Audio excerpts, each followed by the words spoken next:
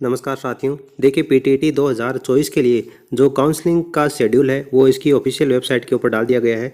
PTT की official website के ऊपर आप आएंगे तो आप यहां पर देख पाएंगे पीटीटी 2024 काउंसलिंग शेड्यूल।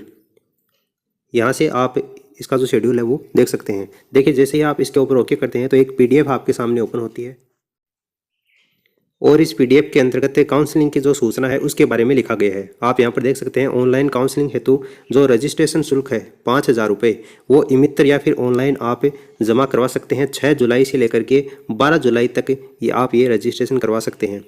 और महाविद्यालय चयन के लिए ऑनलाइन विकल्प भरना है आपको, लेकिन ये आपका रजिस्ट्रेशन होने के बाद में भरा जाएगा। पहले आपको 5,000 रुपये जमा करवाने पड़ेंगे। 5,000 रुपये जमा करवाने के बाद में 7 जुलाई से लेकर 14 जुलाई तक आप महाविद्यालय के लिए विकल्प भर सकते हैं। यानी कौन सी कॉलेज से आपको बीएड करनी है, इसके लिए आप ये ऑनलाइन विकल्प भर सकते हैं।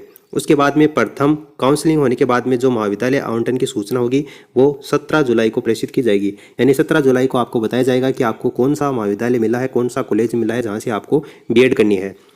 बीएड में प्रवेश लेने के लिए आपको 22,000 रुपये का चालान है वो ऑनलाइन जमा करवा सकते हैं या मित्र के माध्यम से आपको जमा करवाना होगा। अगर आपका आईसीआईसीआई बैंक में अकाउंट है तो आप ऑनलाइन भी जमा करवा सकते हैं, वरना आपको आईसीआईसीआई बैंक में जाकर आप ऑफलाइन चालान है वो आपको जमा करवाना पड़ेगा। 17 जुलाई से लेकर के 23 जुलाई तक ये 22,000 रुपये का जमा करवाने की डेट रखी गई है।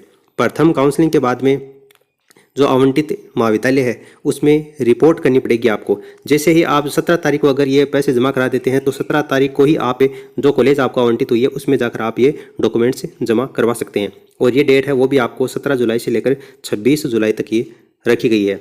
फिर मान लीजिए किसी स्टूडेंट को जो कॉलेज मिली है वो कॉलेज उसको नहीं चाहिए, कॉलेज उसको चेंज करनी है, तो अपवर्ड मूवमेंट के तहत वो कॉलेज को चेंज कर सकता है और अपवर्ड मूवमेंट के लिए आवेदन कर सकता है। 19 जुलाई से लेकर के 27 जुलाई के बीच में अपवर्ड मूवमेंट के लिए यानी कॉलेज चेंज करने के लिए आवेदन कर सकता है।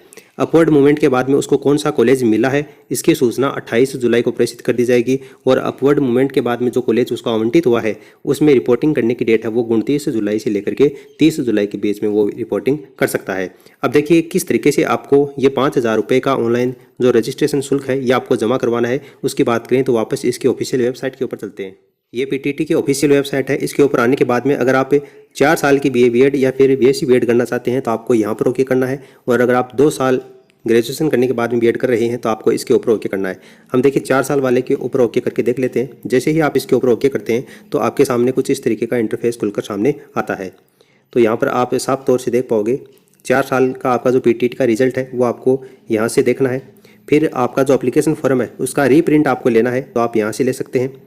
उसके बाद में रजिस्टर फॉर काउंसलिंग, जो काउंसलिंग है उसके लिए रजिस्टर यहाँ से होगा, यहाँ से आपको रजिस्ट्रेशन करवाना है। तो रजिस्ट्रेशन करवाने के लिए आपको इस लिंक के ऊपर ओके करना पड़ेगा। जैसे ही आप इसके ऊपर ओके करते हैं तो आपके सामने कुछ इस तरीके का पेज खुलेगा, बीए बीएड चालान लॉगिन। यहाँ पर आपको पीटीटी के जो रोल नंबर है वो फिल करने हैं। उसके बाद में आपका जो रिजल्ट आया है पीटीटी का उसमें नीचे ही नीचे आपका जो आपके जितने नंबर आए हैं उसके नीचे आपकी काउंसलिंग आईडी दी गई है, वो काउंसलिंग आईडी आपको यहाँ पर फिल करनी है। आपका नेम और मदर्स नेम और उसके बाद में डेट ऑफ बर्थ आपको यहाँ पर फिल करनी है। उसके बाद में आपको यहाँ पर पेमेंट का ऑप्शन चूज़ करना है।